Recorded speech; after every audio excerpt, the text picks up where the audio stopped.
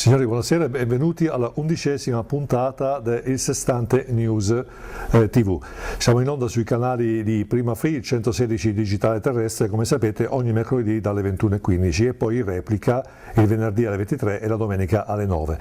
Oggi parleremo di argomenti vari, abbiamo moltissimi ospiti, un nutrito gruppo e con orgoglio e con piacere ve li vado subito a presentare. Dalla mia sinistra abbiamo Maila Bertoli, che è insegnante guida turistica di Padova, esperta della Cappella degli Scorregni, e poi scopriremo con lei tutti i segreti della Cappella degli Scorregni. Poi abbiamo invece Pierluigi Riziato, che è giornalista e scrittore, anche autore di un libro, poi ci dirà esattamente il titolo perché ne ha scritti parecchi, però vediamo appunto così Alessandro Brunello possiamo subito metterlo a favore di telecamera. Storia di Mestre. Poi abbiamo invece l'architetto Federico Calzavara, che è vice sindaco e assessore alla cultura sociale e istruzione comune di Pianiga. E poi invece qui alla mia destra abbiamo Alessandro De Calo, dottor Alessandro De Calo, che è presidente dell'Ordine dei Psicologi del Veneto. Aggiungiamo, qui mi hanno messo nelle note, il più giovane presidente di un ordine in Italia. Ebbene. E poi abbiamo il nostro direttore del Sestante News, che è il Pittalis, il dottor Pittalis, che è opinionista, in questo caso appunto nella doppia veste di giornalista e opinionista. Poi abbiamo Roberto Tonissi, che invece è presidente dell'associazione promozione sociale Amici Laguna e Porto. Poi sappiamo anche che è il presidente della cooperativa Portabagagli. Non presidente, sono socio. Socio della cooperativa, della famosissima e nota cooperativa Portabagagli. Poi abbiamo ancora, da ultimo e non per ultimo, invece Antonio Boschini, che è il referente della cooperativa Coges dei 16 comuni, e poi ci spiegherà esattamente di cosa si tratta. Allora, prima di entrare un po' nel vivo degli argomenti, perché ci sono sicuramente molti ospiti che hanno una particolarità, ognuno viene da un settore completamente diverso, quindi, perché voi sapete che la mia trasmissione, questa trasmissione che ho deciso di creare con il Sestante, effettivamente ha lo scopo proprio quello di tirare fuori dalle persone quello che loro hanno dentro, e si può fare soltanto sia parlando di temi specifici, ma anche articolando la presentazione degli ospiti proprio in funzione delle loro caratteristiche personali, che sono diverse. Questa è una forma veramente, dal mio punto di vista, vera di fare un talk show e di presentare ai telespettatori quali sono le prerogative di ognuno di loro. Ecco, prima di entrare un po' nel vivo vorrei fare una domanda ad Alessandro De Caro. Alessandro, lei è vero che è il più giovane presidente degli ordini d'Italia, però gli ordini degli psicologi certe volte un po', diciamo, sui fasti della cronaca per battaglia per la difesa estrema, diciamo, della professione. Secondo lei queste battaglie, diciamo, che vi hanno visto, mi pare ho letto qualche articolo di giornale contro i counselor che invece non hanno la laurea in psicologia, secondo lei sono ancora attuali in questa fase in cui siamo abituati a globalizzare tutto, a mangiare tutto, a premasticare tutto? La battaglia, in realtà è difficile fare una battaglia dove non c'è proprio il campo di battaglia. Diciamo, tutto quello che è nell'interesse dell'ordine, ed è lo scopo, il mandato sociale con cui nasce con legge dello Stato, è esclusivamente di tutelare l'utenza, di tutelare la popolazione. Nessun ordine professionale è un ente che tutela una casta o dei portatori di interesse. Siamo qui per tutelare il cliente, il paziente, la persona. Pertanto, ovviamente, su alcune questioni che sono piuttosto delicate, ci teniamo a far presente che la legge dice che è necessario che un professionista, psicologo o medico o comunque un professionista adeguato, le vada a trattare per evitare di far danni.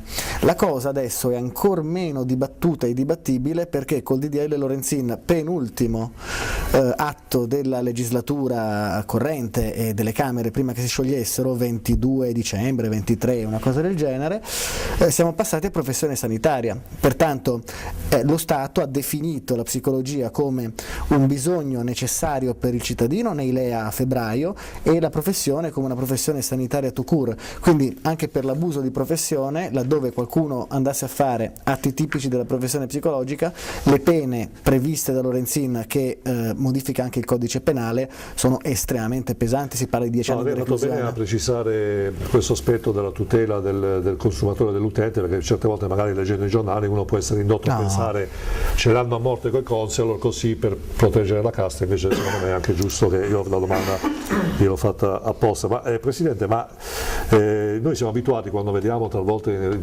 interviste diciamo televisive, a vedere diciamo presidenti con i capelli bianchi, no? Lei da giovane ha dovuto un po' sgomitare per farsi valere, o l'hanno subito rispettata per il ruolo? Questo non è male. A parte il fatto che io continuo a essere, sono 4 anni che faccio, continuo a essere il più giovane, anche gente eletta dopo di me continua a essere tutti più vecchi.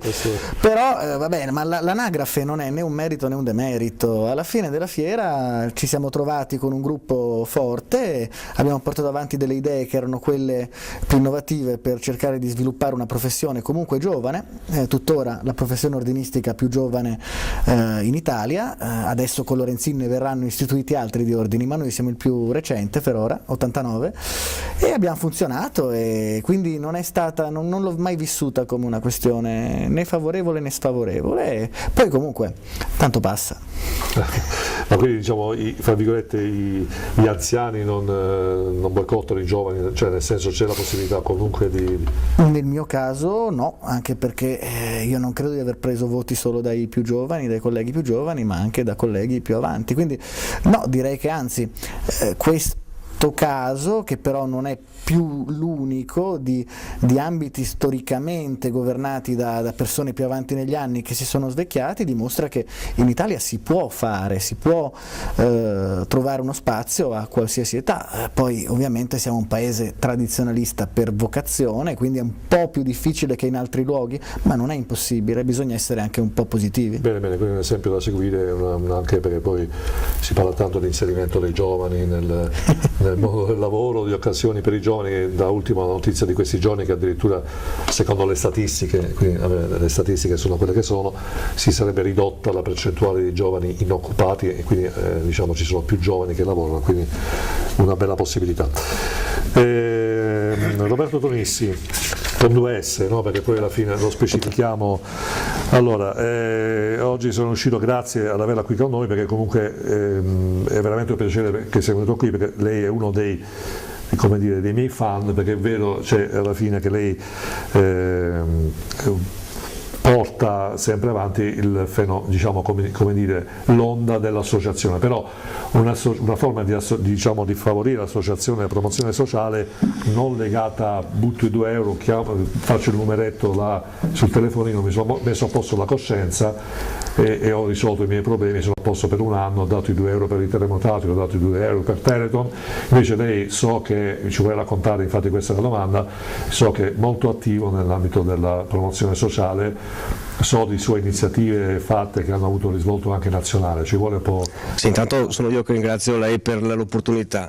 E niente, noi siamo una piccola associazione nata nell'agosto del 2015, Amici della Laguna del Porto, perché nasce da un'esigenza di alcuni di noi che lavorano prettamente nell'ambito portuale di mettersi a disposizione di chi realmente ne aveva più bisogno. Siamo nati con il nostro amico Sammy Basso, che è un ragazzo di Tete sul Brenta che è affetto da progeria, che è una malattia che prevede l'invecchiamento precoce della pelle e di tutti gli organi, e da quel momento lì siamo riusciti a capire che potevamo fare qualcosa, per cui da un gruppo di amici, un gruppo di persone siamo diventati una vera e propria associazione, e da di là il nostro percorso, il nostro cammino è continuato fortunatamente in maniera positiva, dando soddisfazione a noi ma di cuore, e riuscendo anche ad aiutare qualche persona in difficoltà, per cui noi esuliamo dalle associazioni associazioni che si sentono spesso e volentieri per televisione, che raccolgono soldi a favore di noi. Non raccogliamo assolutamente soldi, noi cerchiamo di organizzare degli eventi, di promuovere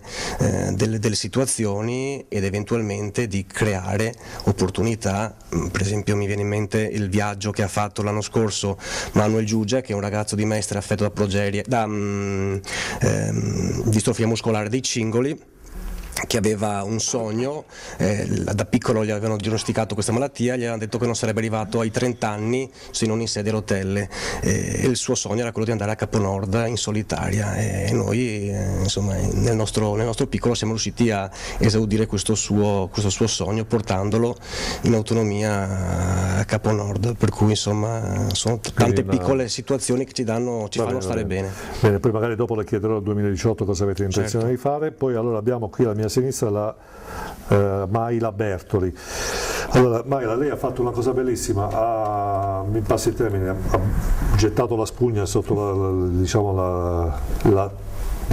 la protezione dell'insegnamento, sì. Ha detto basta, faccio qualcos'altro.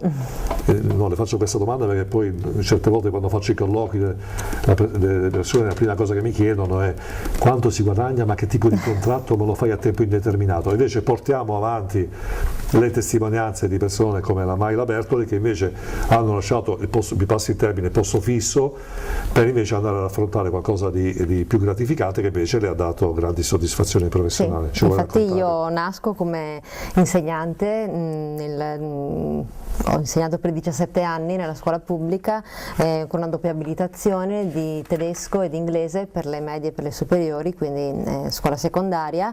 Dopo 17 anni, quest'anno ad agosto mi è arrivata la nomina in ruolo per tedesco. È una nomina che ho atteso veramente anno dopo anno, guardando le graduatorie, attendendo, e nel momento in cui finalmente potevo fare questo passo, avere il mio posto fisso, tra virgolette, questo a tempo indeterminato, ci ho pensato 2 notti.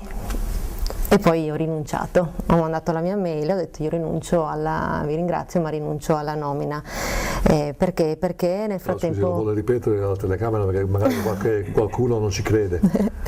Ho ricevuto la nomina in ruolo quest'anno ad agosto, dopo 17 anni di insegnamento della lingua tedesca e inglese, e ha rinunciato, quindi ha rinunciato. Ho rinunciato. Quindi parliamo del 2017, giusto? Ad agosto, qualche mese fa.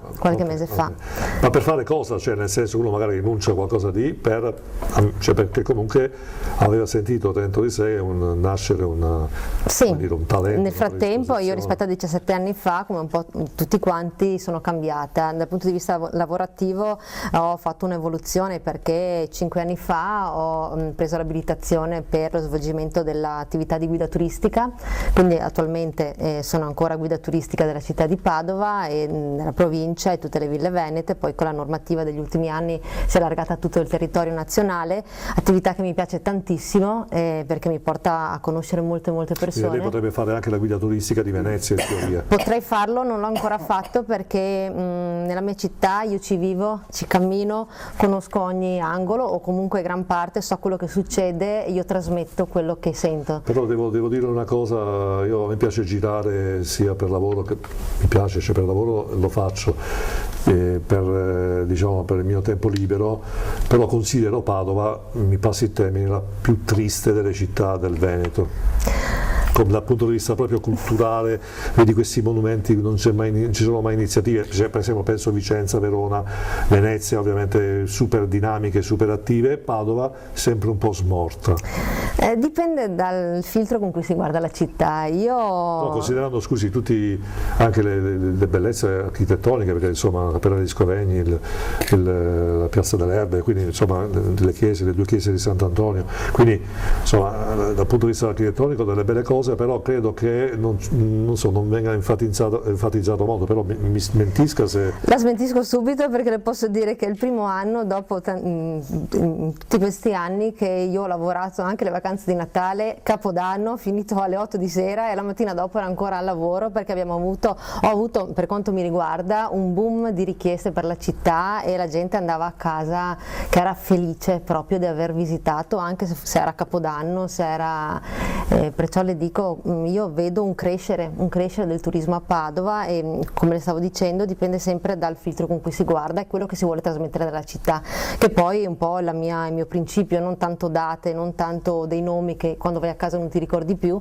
ma qualcosa che ti può rimanere e in qualche maniera ti può servire anche per la tua vita. Bene, poi ci spiega come, perché sì. magari questi argomenti li possiamo utilizzare anche per altre, sì. per altre iniziative. Riziato, lei giornalista, scrittore, vuole magari far vedere un po' in favore di telecamera l'ultima sua opera. La domanda classica che faccio a tutti è come mai lei da giornalista è diventato scrittore, c'è un motivo particolare, c'è qualcosa che... perché adesso è un po' di moda a scrivere libri, cioè vedo che c'è un po' la tendenza, un'ispirazione a scrivere un libro. Sì, allora, fra essere giornalista e scrittore il passo è breve, nel senso che sostanzialmente uno trascorre la vita a scrivere. La motivazione che mi ha spinto non è tanto il fatto di seguire una moda, di scrivere un libro, quanto di coprire un vuoto di attenzione su Mestre. Prima si parlava di Padova e penso che le opere dedicate a Padova siano innumerevoli, quelle di Mestre, pur essendo numerose, però sono sempre produzioni di nicchia che vanno per argomenti, per settori, eccetera. Io con questo libro, che è il terzo libro che dedico alla città di Mestre, città in cui sono nato e sono vissuto, ho cercato di fare una sintesi dei molti volumi già pubblicati su Mestre e di raccogliere dentro questo libro tutte le cose più interessanti che ho scoperto appunto dedicandomi a una adeguata e numerosa bibliografia. Va bene, senta, ecco poi la storia di Mestre dall'origine ai giorni nostri. Ecco, però qua lei mi ha detto prima edizioni biblioteca dell'immagine a Pordenone, cioè, perché uno di Mestre deve andare a farsi pubblicare un libro a Pordenone? Cioè, te lo chiedo perché insomma... Allora, questo libro fa parte di una collana che è la collana Storia delle città, che questo editore di Pordenone, in modo anche lungimirante, sta producendo per varie città. Posso citare che prima di Mestre sono già uscite Storia di Siena, di Venezia, di Torino, di Aquileia di Grado, di Padova per esempio, Vicenza, Catania, Zara, Como, Mestre, e in preparazione, sempre all'interno di questa collana, ci saranno Milano, Genova, Udine e Roma. L'elenco di città non l'ho fatto a caso. Chi mi ha seguito con attenzione in questo elenco ha notato che tutte le città citate sono o capoluoghi di regione o capoluoghi di provincia o comuni a tutti gli effetti. La curiosità di questo libro è che Mestre non è né capoluogo né di regione di provincia e neppure comune, eppure è una città che è entrata in questo novero. Stiamo già parlando di separazione? No, è un caso che si è ripetuto nella storia, perché già nel 1924 l'editore Sonzogno, che fece una collana simile a questa, Le 100 città d'Italia, dedicò anche allora il 21esimo volume a Mestre, per cui Mestre allora ed oggi, pur non essendo a tutti gli effetti una città, perché una frazione di un'altra città, è stata recepita nel novero delle città.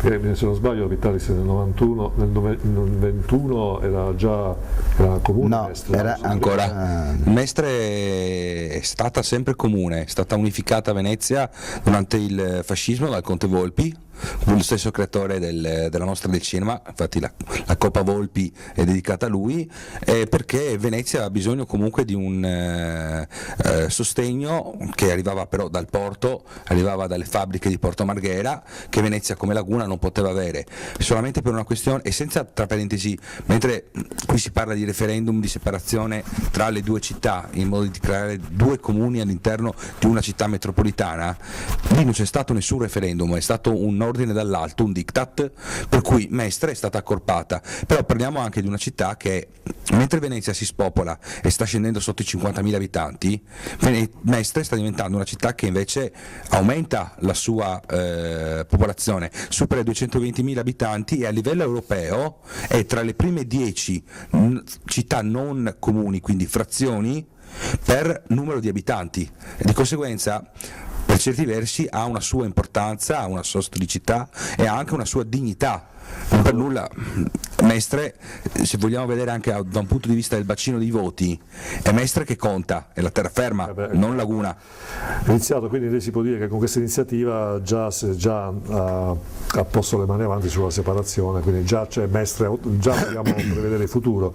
Però prima di rispondermi a questa domanda ne vorrei fare un'altra. Mi dica sinceramente, lei, se fosse il lettore del suo libro e non l'autore, che tipo di sensazioni proverebbe leggendo questo libro? Una voglia di autonomia, una voglia di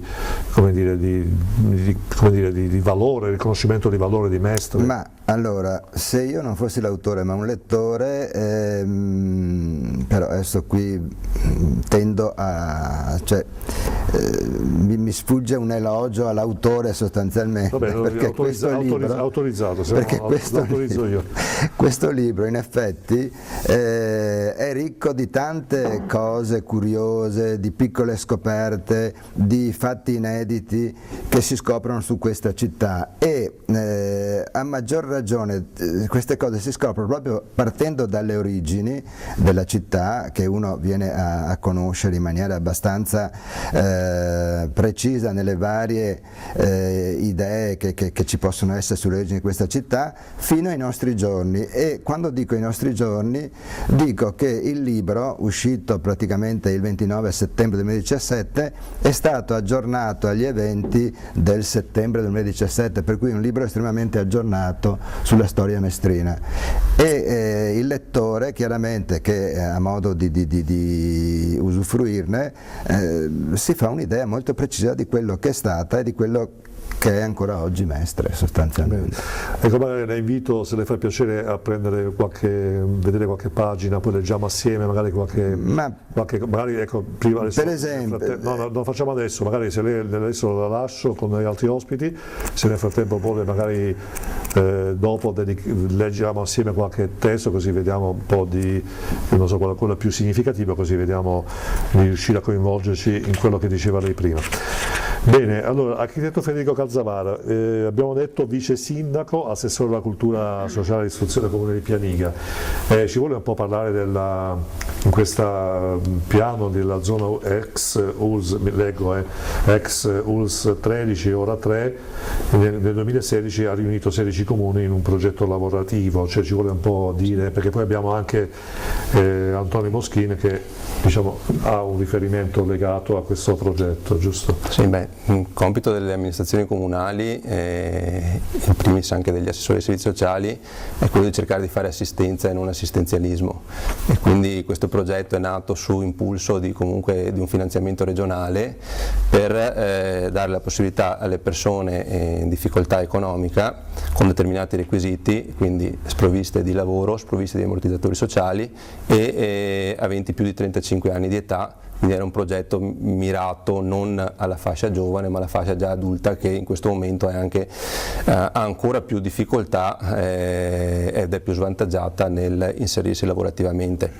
e essenzialmente anche a persone che non hanno delle professionalità o delle capacità molto elevate. Il progetto l'abbiamo chiamato appunto Superare la fragilità con il lavoro, proprio perché queste persone individuate dai servizi sociali, quindi dagli assistenti sociali dei comuni, sono state inserite con finanziamento regionale, comunale, delle Caritas del territorio e anche della Fondazione Riviera del Venta Milanese, inserite in progetti lavorativi per 5 mesi a 20 ore settimanali. Il progetto è nato negli anni, inizialmente il bando regionale incentivava anche con una maggiorazione di finanziamento le aggregazioni di comuni. Proprio per questo motivo io, come referente politico dell'area marginalità sociale dell'US 13, quindi Riviera del Brenta e Milanese, mi sono fatto catalizzatore e ho coinvolto gli altri comuni del territorio. Alla fine abbiamo raggruppato 16 comuni su 17 e ottenuto un finanziamento di 350.000 euro dalla Regione Veneto, con un confinanziamento di circa 100.000 euro da parte dei comuni e altri 30.000 euro da parte delle Caritas, anche perché il nostro territorio è bello ed eterogeneo, perché fra Riviera e Milanese siamo anche 3 diocesi, abbiamo la diocesi di Padova, la diocesi... Va aggiunto che è anche difficile mettere assieme sindaci di facce politiche diverse. È stato un bel lavoro, però sul tema del... Certe volte, mi scusi, però certe volte alla fine il politico si dimentica che deve essere amministratore e pensare bene del comune, e invece magari sono molto contento di questa iniziativa, e certe volte invece si fa campanilismo, si fa la guerra e si ostacolano iniziative comuni, invece bisogna pensare giustamente all'amministratore. Su questo, diciamo sindaci, assessori, bisogna pensare all'amministrazione del comune, quindi al bene dell'interesse della collettività. Certo. Su questo porto la mia esperienza piccola e personale, fortunatamente nelle amministrazioni locali c'è maggiore vicinanza con le persone, siamo ancora in prima linea, dico, quindi abbiamo il contatto con il paese in cui viviamo. Io sono nato, cresciuto e vissuto a Pianiga e amo il mio paese e mi sono messo in gioco come amministratore di Pianiga proprio per cercare di fare qualcosa per il mio paese, e così anche moltissimi altri colleghi dei paesi limitrofi, quindi lì abbiamo superato le bandiere, superato le appartenenze politiche e cercato di aggregarci per questo progetto, perché era l'interesse dei nostri cittadini. Siamo riusciti a dare appunto aggregati, lavoro a 80 persone, coinvolgendoli in un'assunzione, appunto qui poi dopo ci sarà Antonio che spiegherà meglio, con la convenzione con il Consorzio Insieme di Cooperative, e quindi le cooperative sociali, che hanno dato anche il supporto in termini di insegnamento al lavoro, che non è tanto l'imparare un mestiere, ma l'imparare come approcciarsi al lavoro, perché queste persone fragili spesso arrivano da vissuti che li hanno portati anche a perdere fiducia in se stessi, e quindi hanno avuto in questo progetto uno spunto per rimettersi in gioco, per cercare di ripartire. Approfondiremo ancora, poi magari sentiremo anche Antonio Boschin per l'approfondimento dall'altro punto di vista. Ecco, però tornando a Roberto Tonissi, fare volontariato oggi non è solo, io dico sempre, quando fai un dono di quello che hai dentro, non è, il piacere non è solo per quello che riceve, che la donazione, ma anche per quello che fa la donazione. Quindi in questo senso lei, che è protagonista di queste iniziative, come si sente? Riesce a coinvolgere, perché so che è anche riuscito a coinvolgere parecchi suoi amici, collaboratori nel favorire queste cose, quindi lo chiedo perché veramente avrei piacere che questa, se mi posso permettere, Tonissi, di riuscire a bucare lo schermo e a trasmettere le sensazioni che provate quando raggiungete un obiettivo, quando vedete le persone a cui è rivolta l'iniziativa gioire e stare bene grazie a voi. Quindi cerchiamo di spiegare ai telespettatori che tipo di operatività, perché lei lo sa che io sono contro quelle forme di volontariato che puliscono la coscienza e basta, invece voi fate qualcosa di concreto. Sì, è una cosa puramente spontanea. La parola associativismo appunto è una parola che vuol dire tutto, non vuol dire niente, riempie il cuore perché quando ci si trova a voler organizzare qualcosa, le porte sono sempre aperte, e più si va avanti con il tempo, più si organizzano degli eventi, le manifestazioni, più le porte si aprono, per cui oltre che esserci dei soci all'interno della nostra associazione, sono degli amici che hanno il piacere, chi con il proprio tempo, chi con le proprie attrezzature, con i propri mezzi, a collaborare e a far sì che di volta in volta i nostri eventi, le nostre associazioni, i nostri programmi si possono svolgere sempre al meglio, insomma. Ecco, avete qualche progetto per il 2018? Sì, il 2018 ci vede come la terza edizione del premio per la ricerca sulle malattie rare, perché appunto ricordandoci dove siamo partiti con Sami Basso, ci piace piace appunto proseguire su questa strada, e per cui ogni anno attraverso Uniamo, che è la Federazione Italiana Malattie Rare, cerchiamo di far partire oppure aiutare la ricerca di una malattia rara, che purtroppo sono milioni e milioni di casi. Per quanto riguarda, come le dicevo prima, la malattia, la lotta all'istrofia muscolare dei cingoli, siamo riusciti a far partire la ricerca che prima non esisteva.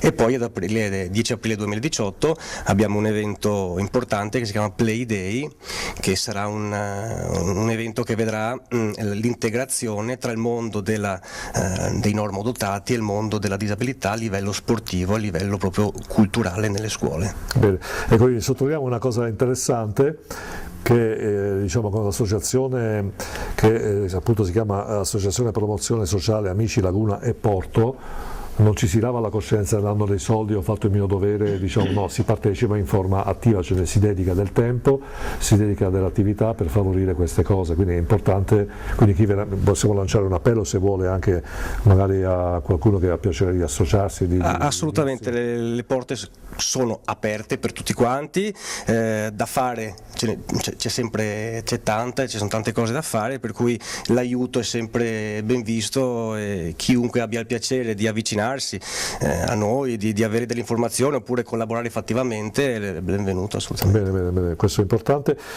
Ecco, torniamo invece a Mayla Bertoli, perché Mayla Bertoli ha avuto tutto il tempo.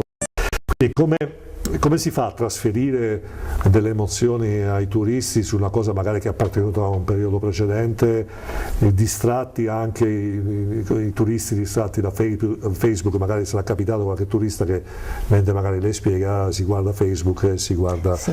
Ecco, come si riesce a trasferire, cioè come si fa a far sì che diciamo, il turista metta il cellulare in tasca e l'ascolti a bocca aperta? Io dico sempre che ho un cruccio che è l'emozione, nel senso che tendo ad emozionarmi molto facilmente perché mi piacciono i dettagli, i particolari, e io Padova la amo tantissimo da sempre, da quando ero piccola, perché grazie ai miei genitori che mi portavano in città a vedere proprio tutte queste cose, e quindi ce l'ho proprio nel DNA, e quando ho i miei turisti davanti cerco di trasmettere quello che sento io, molto spesso, quasi sempre, cerco di farvi rivivere quello che sento io. Di conseguenza mi capita non di rado, ma soprattutto in alcuni monumenti, tipo la Cappella degli Scrovegni, che è stata dipinta nel 1300, quindi veramente tantissimi anni fa, tanti secoli fa, però mi capita molto spesso che le persone escono piangendo. Perché? Perché vai a toccare proprio le emozioni, che è proprio quello che Giotto aveva capito, è stato il primo a capirlo, che le emozioni muovono il mondo, e lui le trasmette lì, e attraverso le mie parole io cerco veramente di far capire queste cose. Ecco che allora una persona si riconosce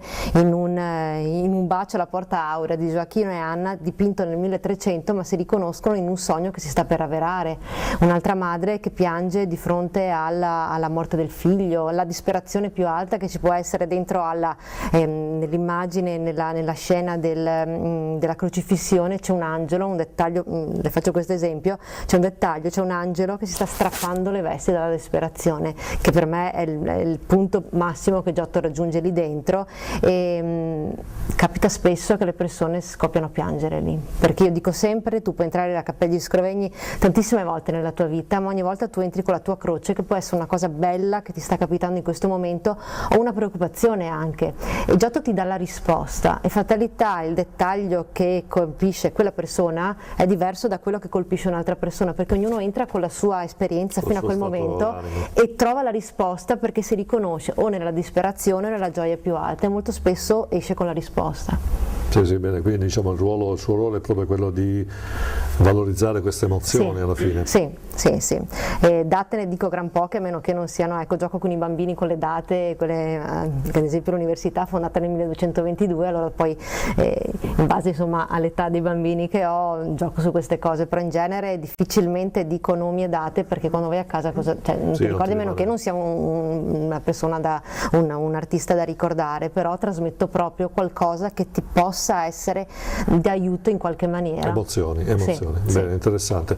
Iniziato, allora lei nel frattempo ha spulciato nel suo libro, ci vuole magari leggere brevemente qualche aspetto, qualche brano magari? Sì, no, poche righe perché non vorrei... Sì. Allora, sinceramente ho avuto un po' l'imbarazzo della scelta perché, come ho detto prima, le cose curiose sono molteplici. Così in fretta ho scelto 3 momenti della storia mestrina. Una riguarda la fine della seconda guerra mondiale. Tutta l'Italia del Nord sostanzialmente, storicamente, viene liberata il 25 aprile del 45. Mestre, curiosamente, viene liberata il 28 aprile, 3 giorni dopo rispetto alle altre città, perché permaneva in città a Mestre un nutrito nucleo di truppe tedesche. La curiosità è, al di là della data, che, e qui leggo qualcosa, Mestre è libera, è la sera del 28 aprile, ma a giungere in città non ci furono inglesi o americani.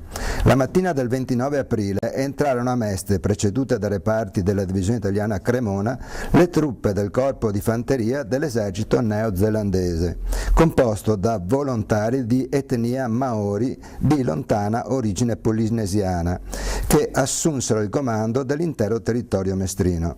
Provenienti da Firenze e lasciata Mestre, raggiunsero Trieste. Nella campagna italiana i Maori parteciparono principalmente alla battaglia del Sangro e a Cassino, perdendo complessivamente 230 uomini.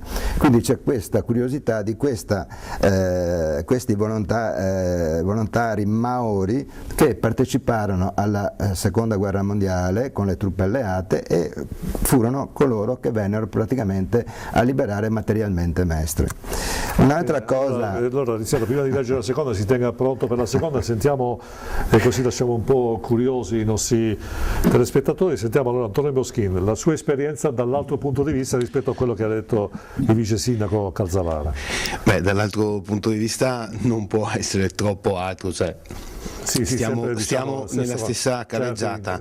Da punti di vista però sempre nello stesso. Devo dire, la nostra fatica è stata come Consorzio Insieme, che è un aggregato di cooperative sociali della provincia di Venezia, oltretutto con una nutrita partecipazione di cooperative di questo territorio del Milanese, dell'area milanese e dell'area di Dolo.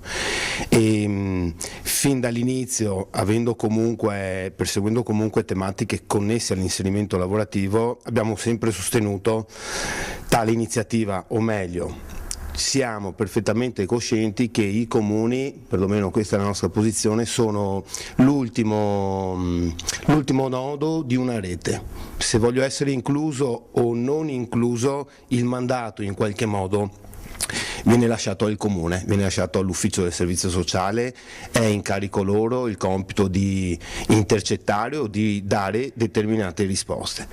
Sono il soggetto che subisce il costo della povertà, che subisce quando una persona perde il lavoro, non ha più la possibilità di andare avanti e così via, cioè può girare, solitamente noi andiamo in parrocchia, il parroco, cioè la rete primaria, gli amici, la famiglia di provenienza, ma poi alla fine, quando tutto questo non c'è, si arriva al comune. Quindi la nostra posizione è stata quella di sostenere, ed è in questo momento molto impegnativa, di sostenere i comuni perlomeno di questo territorio, relativamente al fatto di fare un progetto, di metterci a disposizione per l'assunzione, perché in questo caso noi abbiamo una duplice funzione: uno, sostenere il comune per fare un'operazione di integrazione del reddito, e se facciamo integrazione del reddito, che poi questa integrazione debba essere condizionata, cioè ti chiedo anche di alzarti, di fare delle cose, assolutamente, ma abbiamo bisogno di fare integrazione del reddito per mantenere anche una situazione di pace sociale, perché poi la povertà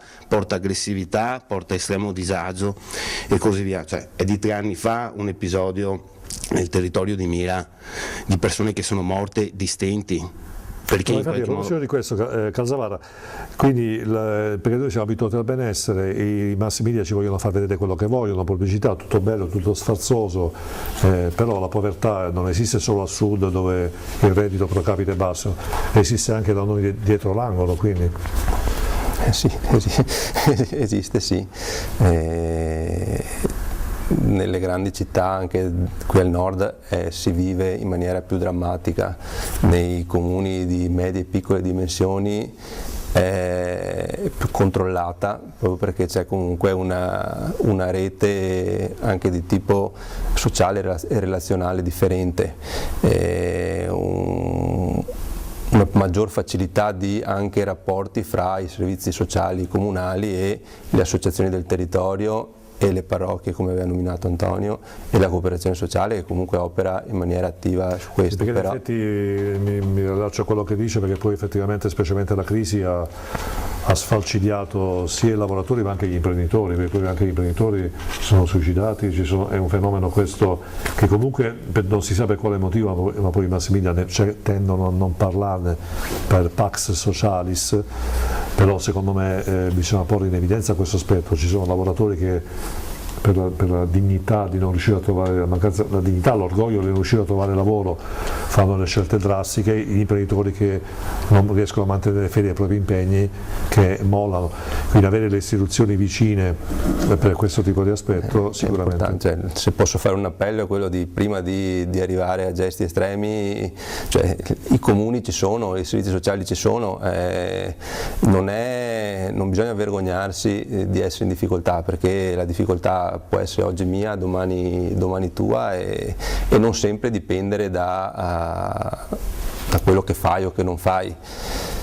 Poi devo dire, come servizi sociali ci sono anche i casi cronici, le persone che per quanto si cerchino di aiutare non vogliono essere aiutate, perché bisogna anche dire le cose come stanno, quindi, però con progetti di questo tipo, fra virgolette, vengono messi anche alla prova, perché comunque gli dici ti arriva qualcosa, in cambio tu dai qualcosa, e quindi si riesce veramente a verificare se uno ha la volontà di venire fuori dalla sua situazione di bisogno. Però se qualcuno si trova in una situazione di bisogno e ne ha necessità, i servizi sociali ci sono, e con i servizi sociali ci sono reti e progetti che possono aiutarli anche ad hoc, studiati in base alle caratteristiche della persona. Se mi permette un piccolo appunto, i mass media hanno dato risalto alle questioni, perché dopo la crisi economica il fall down lo stiamo subendo adesso.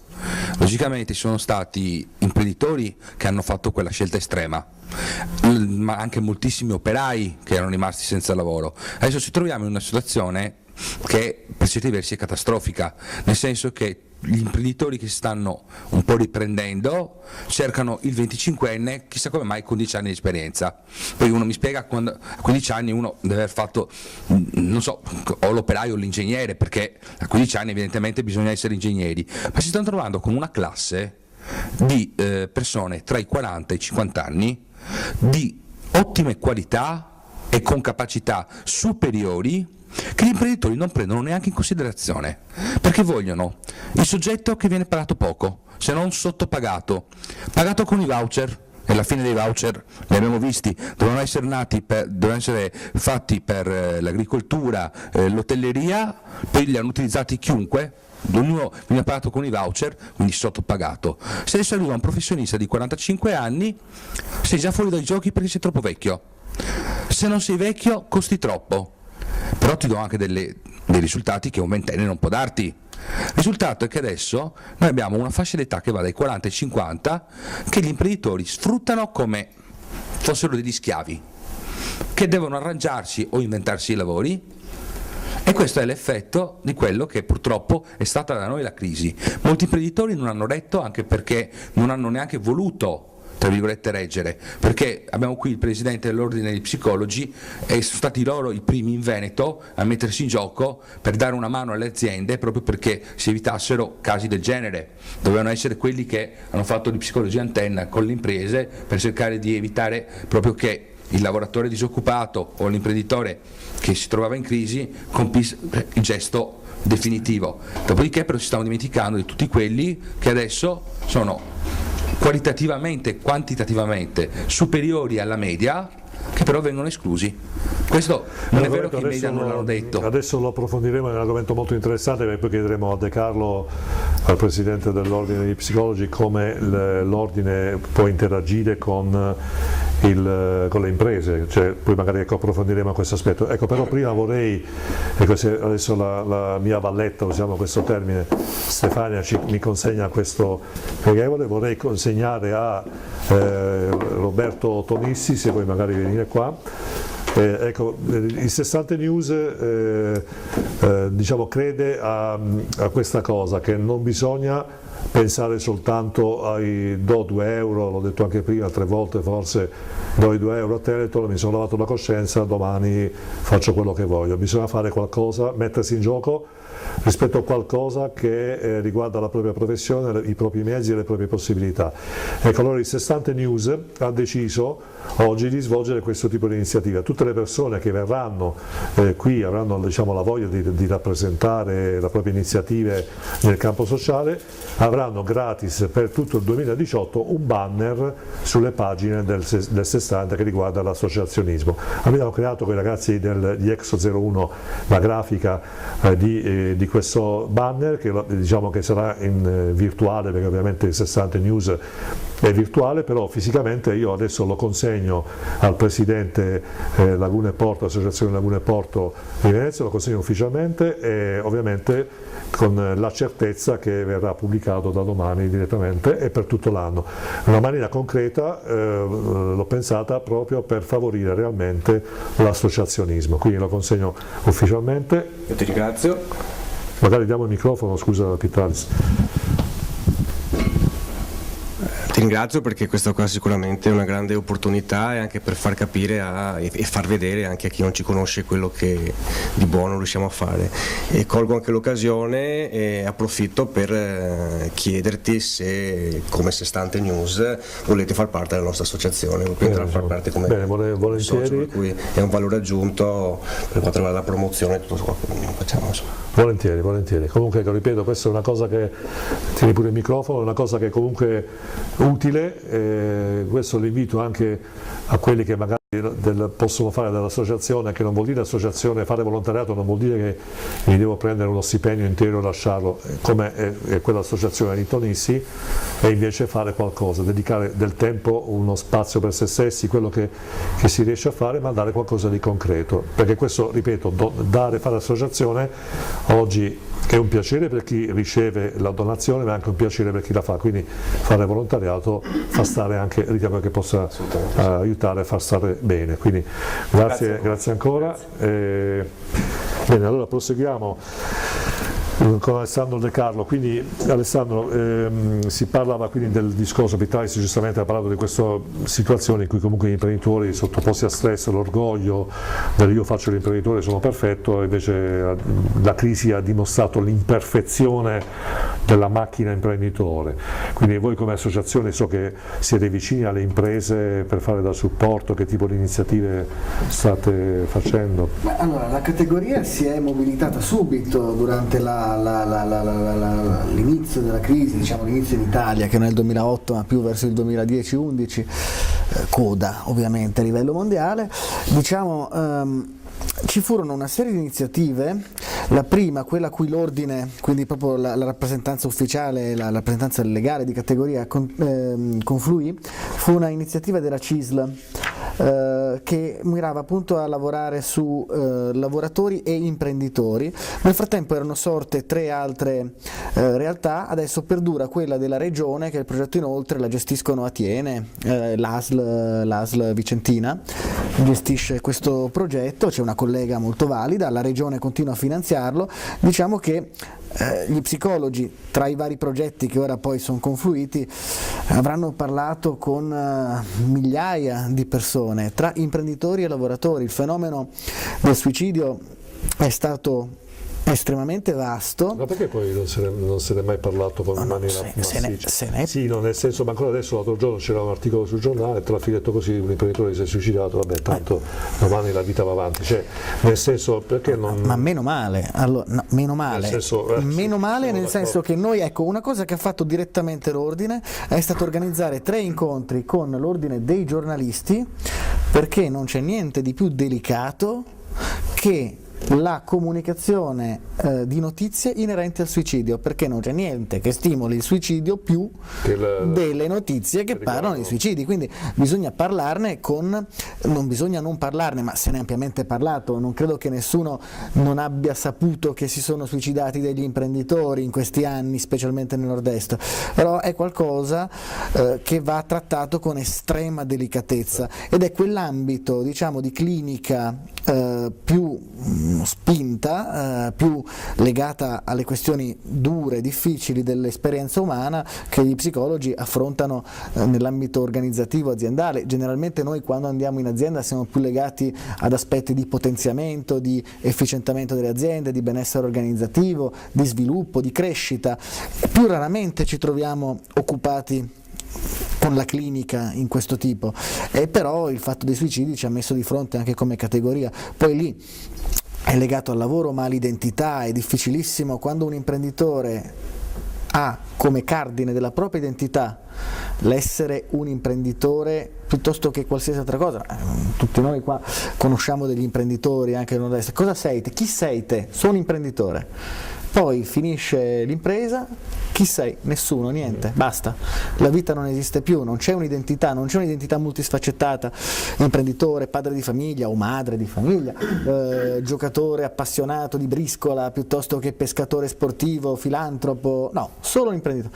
Cade quell'aspetto di identità e bisogna ricostruire, ma più che crisi c'è la disperazione, non c'è più niente, c'è un muro, la vita finisce insieme con l'impresa, un'identificazione totale, quindi quello è uno dei rarissimi ambiti in cui proprio è clinica pura applicata al mondo del lavoro, e sono, devo dire, estremamente fiero di far parte di una categoria che ha dato il suo contributo, perché abbiamo aiutato come appunto categoria professionale. In Veneto gli psicologi sono 10.000, siamo pari agli avvocati come numero, abbiamo dato una mano, posso dire che abbiamo dato il nostro contributo a superare questo momento che non è ancora terminato, certo. Sembra che la fase più critica Bene, sia questo abbiamo spiegato anche ai telespettatori di come mai certe notizie non vengono enfatizzate, perché appunto si creerebbe l'effetto domino, emulazione, quindi effetto Werther. Effetto Werther, bene.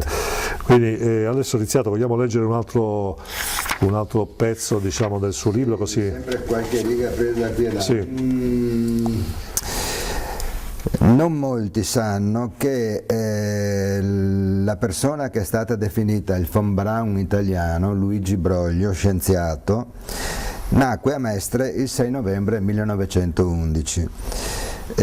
Si laureò in ingegneria aeronautica a Roma.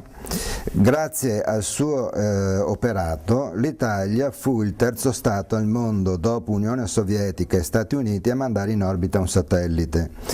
L'aeronautica militare americana offrì a Broglio grado e compiti da generale, a dimostrazione dell'apprezzamento e della stima che riponeva nella sua attività, e fu solo grazie a lui che gli Stati Uniti concessero all'Italia l'utilizzo dei loro razzi vettore Scout necessari per mandare appunto i satelliti in orbita. Se posso andare avanti, nell'ambito sportivo sempre pochi sanno che Mestre nel 1974 ha ospitato la finale europea di Coppa Davis. La Coppa Davis, per chi non lo sa, sostanzialmente è il campionato del mondo pari al campionato del mondo di calcio. In quell'occasione sui campi del Tennis Club Mestre si disputò la sfida di Coppa Davis fra Italia e Romania. A fronteggiarsi da una parte e dall'altra Adriano Panatta, Paolo Bertolucci, Corrado Barazzutti, e dall'altra Ion Tiriac e Ilie Nastase. Ilie Nastase era allora il numero 1 del ranking del tennis mondiale. Vinse l'Italia 3-2 perché il doppio italiano, praticamente Nastase vinse i suoi 2 incontri con Panatta e Barazzutti, e quindi 2-0, e si andò sul 3-2 con la vittoria del doppio. Il famoso doppio italiano. Ecco, allora siamo in chiusura, abbiamo veramente 30 secondi ciascuno. Calzavara vuole chiudere con che iniziativa per Pianiga, per questa iniziativa che avete svolto, che obiettivi? L'obiettivo è quello di continuare a sostenere i cittadini in difficoltà, l'auspicio è quello che la Regione continui a sostenere, perché lo scorso anno è stato un anno senza finanziamento regionale, alcuni comuni come il mio l'hanno finanziato interamente, però comincia ad essere veramente impegnativo. Un progetto del genere va sostenuto e quindi è l'auspicio è quello che venga sostenuto in maniera forte anche dalla Regione. Noi come comuni, io come comune di Pianiga mi impegno comunque a sostenerlo e ad incentivarlo perché è un progetto valido. Bene, iniziato? Sì, si accennava prima all'autonomia amministrativa, più che di autonomia, che un termine che può avere valenze diverse, io direi che sono per il ripristino dei due comuni come è stato storicamente fino al 1926, tanto più che esiste dal gennaio 2015 la città metropolitana, l'area metropolitana, quindi all'interno di questa cupola protettiva dell'area metropolitana non penso perché non debba esserci anche un comune di Mestre assieme agli altri 44 della provincia di Venezia. Bene, Maila Bertoli. L'ultimo messaggio che voglio lasciare è questo proprio riguardo ai propri sogni. È vero che stiamo bene, ognuno di noi sta bene nella propria zona di comfort perché siamo sicuri, siamo tranquilli, però se abbiamo un sogno e lo vogliamo inseguire, io credo che a un certo punto bisogna veramente saltare, come ho fatto io con il lavoro di guida turistica e attualmente anche con quello di fotografo che svolgo da un anno. Posso dire solo questo, che io mi sveglio la mattina e sono felice. Bene, grazie. Allora, Boschini. Per chiusura semplicemente dire che è importante andare avanti in questa strada, perché se non vogliamo non parlare di cose estremamente negative, e queste iniziative aiutano a costruire orizzonti, e se vogliamo che le persone proseguano il loro percorso, che può avere degli incidenti, a volte causati da fattori personali, altre volte causati da fattori non personali come può essere la crisi, il fatto di stare sotto, di chiedere sempre qualcosa in cambio, aiuto condizionato, cioè il lavoro di pubblica utilità è il cambiamento del paradigma da assistenziali, ok ti diamo una mano ma ti chiediamo anche qualcosa in cambio, tutte le mattine devi venire a riceverla, quindi dobbiamo continuare su questa linea per proprio costruire orizzonti per tutti coloro che vogliono avere degli orizzonti da perseguire. Allora, Roberto Tonissi. Il mio augurio è che più gente possibile si avvicini al mondo dell'associativismo, ma non inteso come il donare il 2 euro come diceva lei prima, perché sarebbe troppo facile e poi alla fine non resta nulla, ma proprio dedicando anche poco tempo del proprio tempo libero. Bene, sì. Pitalis. Il mio è più che altro un augurio, cioè nel senso che spero che il fatto che abbiamo subito una crisi, che ci siano esempi come quelli di Antonio e di Calzavare, insomma, che stanno dimostrando con i fatti che si possono ottenere qualcosa, porti anche alla giusta qualificazione di chi comunque le cose se ne merita, cioè a una vera e propria meritocrazia all'interno del lavoro. Come ha detto giustamente il vice sindaco prima, c'è anche chi non vuole farsi aiutare, però chi vuole farsi aiutare ha delle qualità, queste qualità vanno tirate fuori ed è giusto anche che chi è più bravo degli altri meriti qualcosa di più, quindi io mi auguro che sia anche un ritorno alla meritocrazia in tutti i campi e in tutti i settori. Alessandro De Carlo. Io chiudo invitando i cittadini a fidarsi dei professionisti psicologi sul territorio, che non sono, come da vecchissimo stereotipo, i tra virgolette medici dei matti. Ci occupiamo come categoria sì anche di clinica, quindi di disagio e di patologia, ma ci occupiamo di aumento del benessere, miglioramento delle relazioni, miglioramento della performance in tutti i campi, sportivo, lavorativo. C'è uno psicologo che può migliorare la qualità della vita in veramente ogni campo, e la nostra mission professionale, quello che un tempo poteva essere più semplice da risolvere da soli o in famiglia o con amici, anche il prete, viva Dio, oggi è un po' più difficile perché la società è più atomizzata, i tempi sono più rapidi, le persone hanno meno tempo da dedicare, e quindi quello che un tempo si poteva risolvere in maniera artigianale oggi può essere il caso di affrontarlo in maniera professionale, ma c'è da fidarsi, sono una professione ordinistica, c'è un codice deontologico garantita per il cittadino. Benissimo, allora grazie Presidente. Allora voglio ringraziare tutti i miei ospiti, Mayra Bertoli, l'architetto Federico Calzavara, Roberto Tonisi, Pierluigi Riziato, Alessandro De Carlo, Antonio Moschin e Giannicola Pittalis.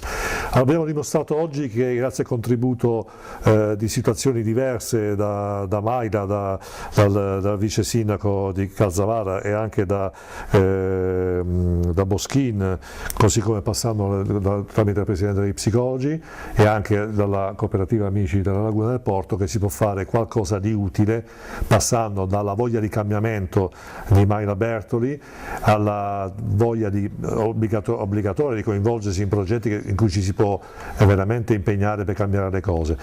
Facciamo volontariato aiutando le vecchiette ad attraversare la strada, dico io, e poi comunque alla fine donando qualcosa del nostro tempo e delle nostre attrezzature. Vincenzo Lovino, Il Sestante News.